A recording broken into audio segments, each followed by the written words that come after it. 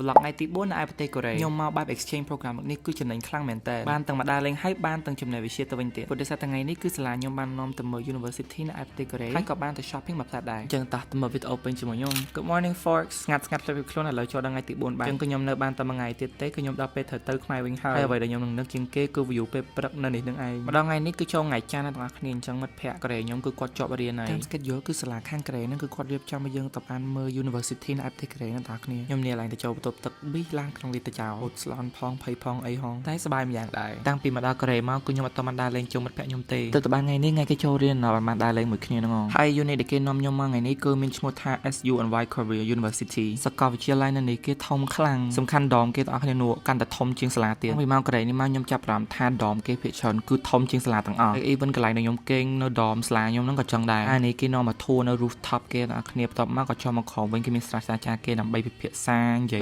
recommend ថាយើងគួររៀននេះគេពេលយើងរៀនចប់ព្រោះពួកខ្ញុំសិននៅ high school បន្ទាប់ពីអង្គុយស្ដាប់គាត់ presentation យូរមែនតើឥឡូវនេះគឺបានទៅលេង university មួយទៀតដែលនៅក្នុងនឹងដូចគ្នាទាំងអស់គ្នាថាកន្លែងតែមួយប៉ុន្តែឈ្មោះខុសគ្នាទីតាំងខុសគ្នាហើយនេះឈ្មោះ university របស់គេមកកន្លែងនេះគឺចំពេលថ្ងៃហ្មងអញ្ចឹងគឺធ្វើការចូលទៅញ៉ាំអីសិនអើយ voice over លឿនជាងវីដេអូនេះទាំងអស់គ្នាគឺដើរចូលទៅញ៉ាំអីហើយសំខាន់ចូលទៅដល់គេមានរៀបចំម្ហូបអាហារយើងហើយស្រាប់ទៀតមាននំគេមានអីពួកខ្ញុំនេះខ្ចប់បដ ហើយបាយគេមានបាយសាច់ជ្រូកហើយនឹងបាយគេនេះបាយសាច់គោ I guess whatever but បរិយាកាសពេលនោះ romantic ខ្លាំងគេចាក់បត់បែប cozy ទាំងអស់គ្នាហើយញ៉ាំបាយណាដូចនៅក្នុងអតែផ្កាយ5ចូលជាស្រ័យបាទសុំហូបបាយសិនសម្រាប់រសជាតិថ្ងៃនេះគឺឆ្ងាញ់ទាំងអស់គ្នាប៉ុន្តែរបៀប giving vibe ម្ហូបខ្ចប់ដូចម្ហូបអាហារពេលខ្ញុំញ៉ាំនៅ high school ដែលខ្ញុំគេងឯព្រោះកន្លែងនោះគេធ្វើផ្ទាល់ដាក់ឲ្យយើងញ៉ាំរហូតមកអីហើយដោយសារតែសល់ម៉ោងក៏ដើរលេងនៅខាងក្រៅមួយផ្លែកុំឲ្យថាបានមកលេង university គេឲ្យយើងដើរតាមតាគ្រូរហូតអញ្ចឹងគឺពួកខ្ញុំនេះដើរមើល tour អីអស់ហើយឥឡូវនេះបានមកដល់ library គេហ្មងបណ្ណាល័យគេលយខ្លាំងណាស់មានសិស្សសភៅបាទប៉ុន្តែសិស្សសភៅកដាស់អ្នកឃើញហ្នឹងសិស្សកដាស់ទាំងអស់គេបកកាយ decor ខ្លាំងហ្មង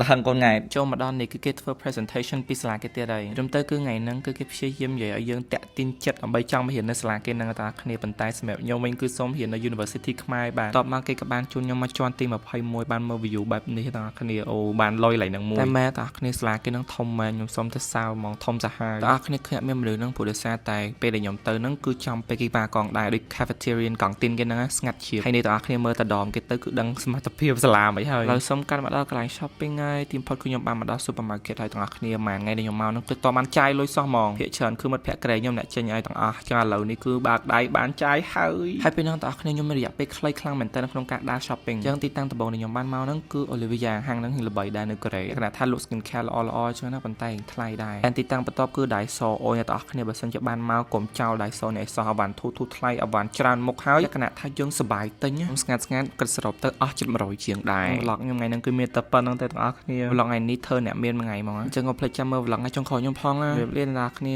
bye bye see you next video